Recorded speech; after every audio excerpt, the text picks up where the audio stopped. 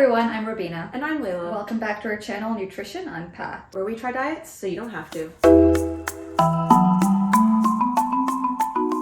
We thought we were finished the conversation around seasonal affective disorder, but we're not. We forgot a very key part of lifestyle interventions. As dietitians, we are often very much focused on diet, nutrition, and all of that. To balance out the whole lifestyle picture, there is a big chunk that often goes overlooked. And that is exercise. But before we even get to that, just a quick recap. We've done 3 other videos on seasonal affective disorder, so if you haven't watched those, check those out. We've talked all about what seasonal affective disorder is, who's at higher risk for it, what might be causing it, and then also talking about both nutritional supplements and dietary patterns that could be helpful in fighting those winter blues. Today, it would be a huge disservice to not talk about this other important variable of exercise and how that could play a role in our mental health. It's an interesting question. We're kind of stepping out of our scope a little bit here. Can you move your way out of the winter blues? Exercise comes up in the context of physical health. A lot of people actually have maybe poor relationships with exercise because it's typically been viewed as a tool to manipulate your body's aesthetics or kind of change body composition, or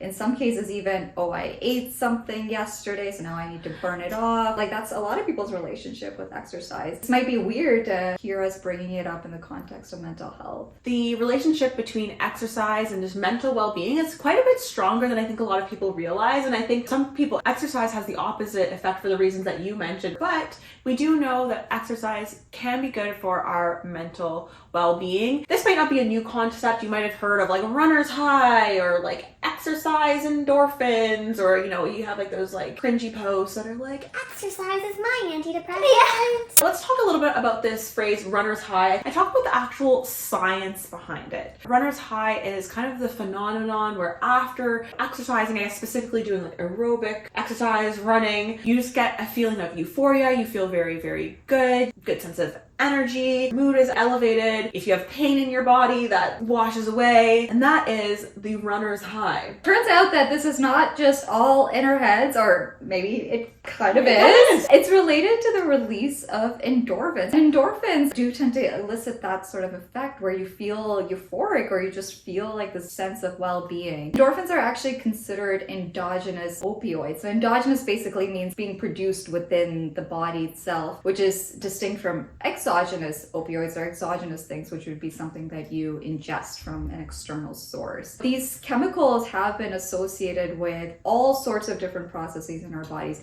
It does elicit that sense of well-being and euphoria. We actually have receptors for these chemicals all over our bodies, so it can actually affect our cardiovascular system, our respiratory system, kidney function, even learning and memory, as well as appetite, digestion. Are you familiar with the runner's high? Do you experience it ever? I think I've probably experienced a true runner's high like twice in my life. The first time that I actually tried running and actually like went around a track, I experienced a true runner's high, and it was awesome. I've had runner's high a few times, but I also have the like weightlifter's high. I don't know. Sometimes when I go to the gym and I do weights, I think this is more of like the fact that like a lot of the blood is like not really like in your head, and then when your like legs are kind of jiggly and then you're walking out, you're like, ooh. It's not just endorphins. We actually see that exercise can modulate the different neurotransmitters that are in your brain, including things like serotonin, dopamine, or epinephrine. And we know that all of these different neurotransmitters are involved in feelings of happiness, joyfulness. Serotonin is kind of considered like the happiness neurotransmitter, and a lot of antidepressants actually focus on keeping serotonin in your brain for a little bit longer. And it's actually thought that exercise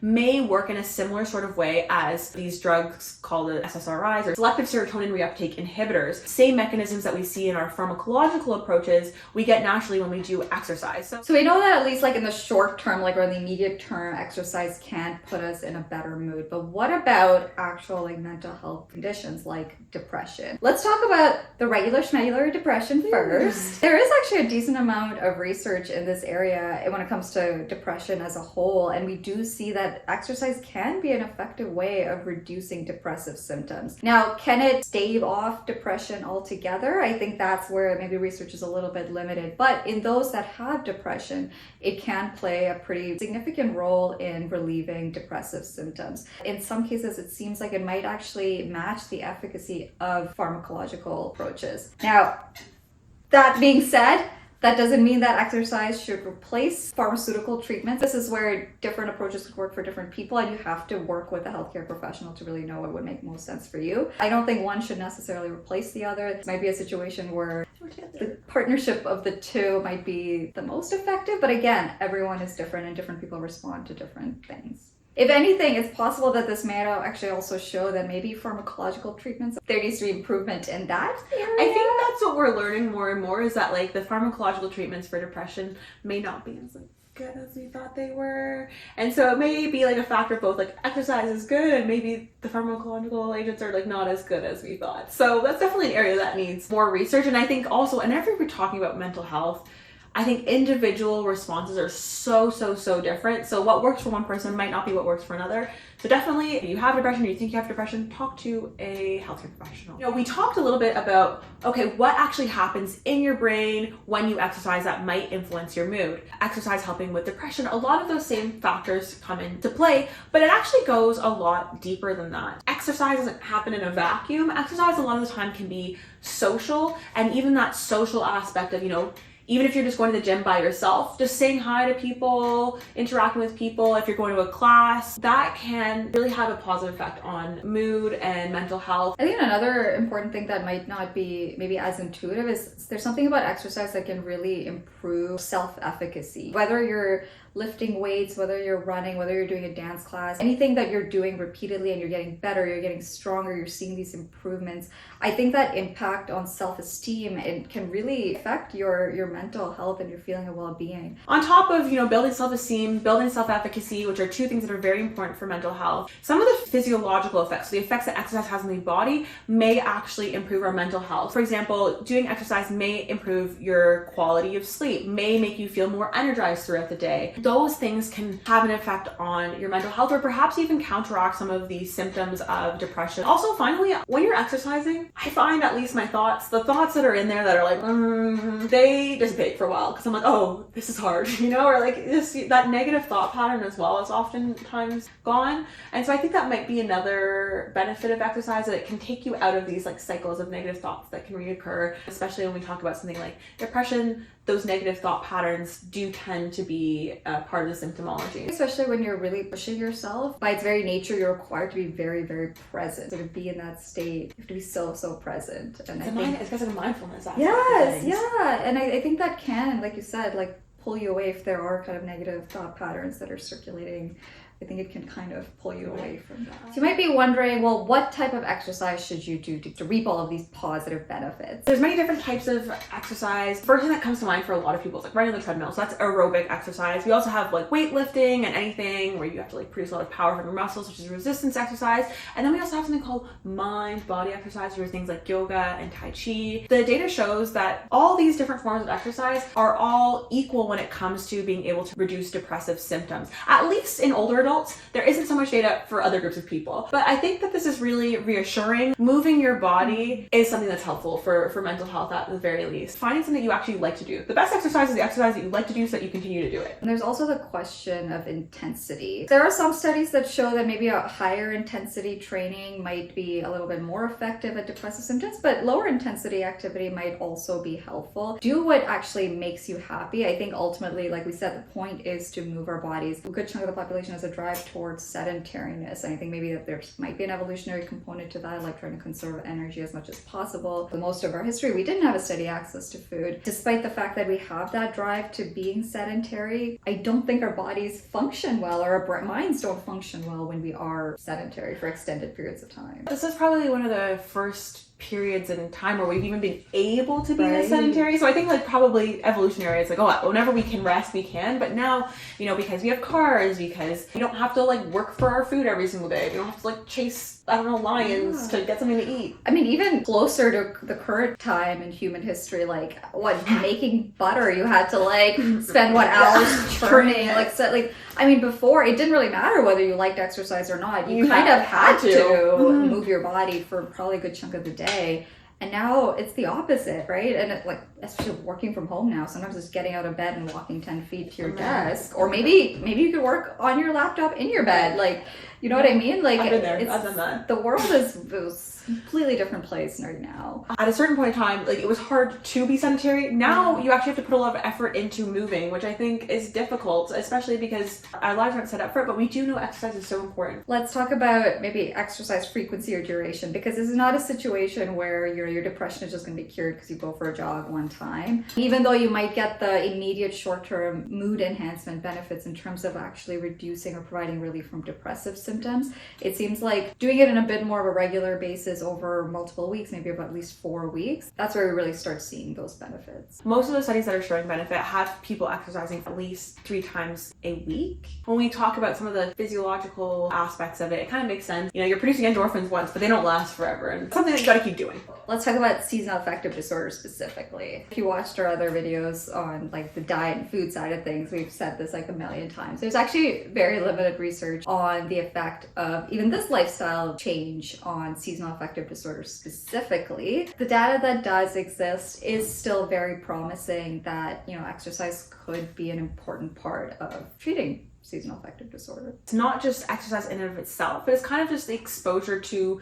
light throughout the day. So a lot of like the interventions had to do with like walking outside that actually had an influence on seasonal affective disorder symptomology. Exercise doesn't happen in a vacuum, and so when we're talking about seasonal affective disorder, part of the mechanism comes down to, you know, your circadian rhythm being a little bit out of whack because it's so like dark and miserable in the winter.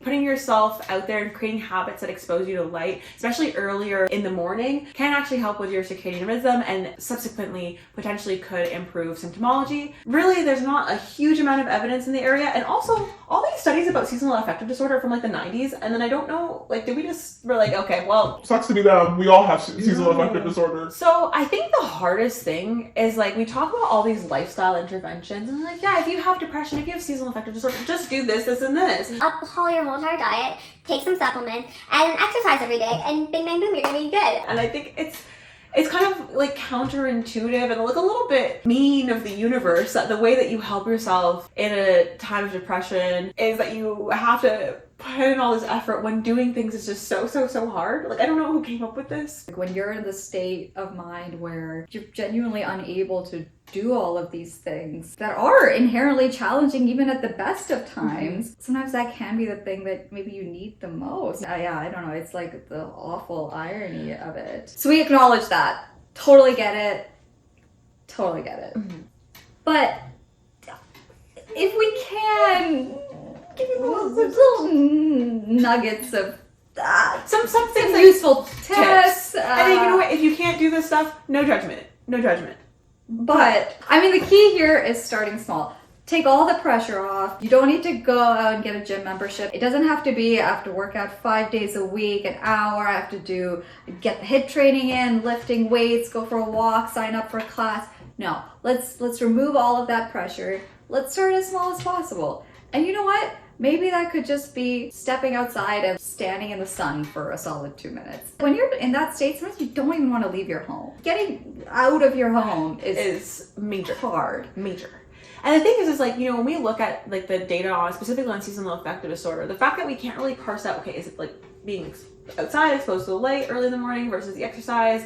You know, maybe there's a synergistic effect there. Even if it is just stepping out of your home, that might help. Start small and take that pressure off. I think PE classes were set up to make people hate exercise. Yes. I was part of like the people who actually like enjoyed PE classes, but I can see why everyone else hated these classes, especially like I think women and the girls, like the way that we treat PE for physical education for women and girls, it's very alienating, and I think it just creates a horrible relationship with exercise and movement. If that's your only exposure to exercise, it's like, why would I ever do this? But there's so many different kinds of movement. Finding something you love is very, very important. And so like exercise doesn't mean running on the treadmill. Exercise can be dancing in your living room to your favorite song, you know, playing air, guitar, going on a walk with your friends. There are like video games out there now that does involve like standing up and moving your body, like a lot of VR games. So they are quite like intense and like require mobility and stuff. Playing sports if that's your jam, going rock climbing, playing squash, going for a walk. In our culture, when you're hanging out with friends, it's like often let's go get dinner, let's go get coffee. I love doing those things, but I have heard of people like trying to get their friend group to be like, oh, maybe we can go for a hike instead, or we can go for a walk, or kind of trying to find those other ways to make activity actually enjoyable rather than this additional chore that you have to try to fit into your schedule. Great thing about that is that brings in the social element, because I think a lot of times, especially if you are struggling with mental illness, especially like depression, you can feel very isolated and lonely. And so if you can do exercise and then you also make it a point to involve other people,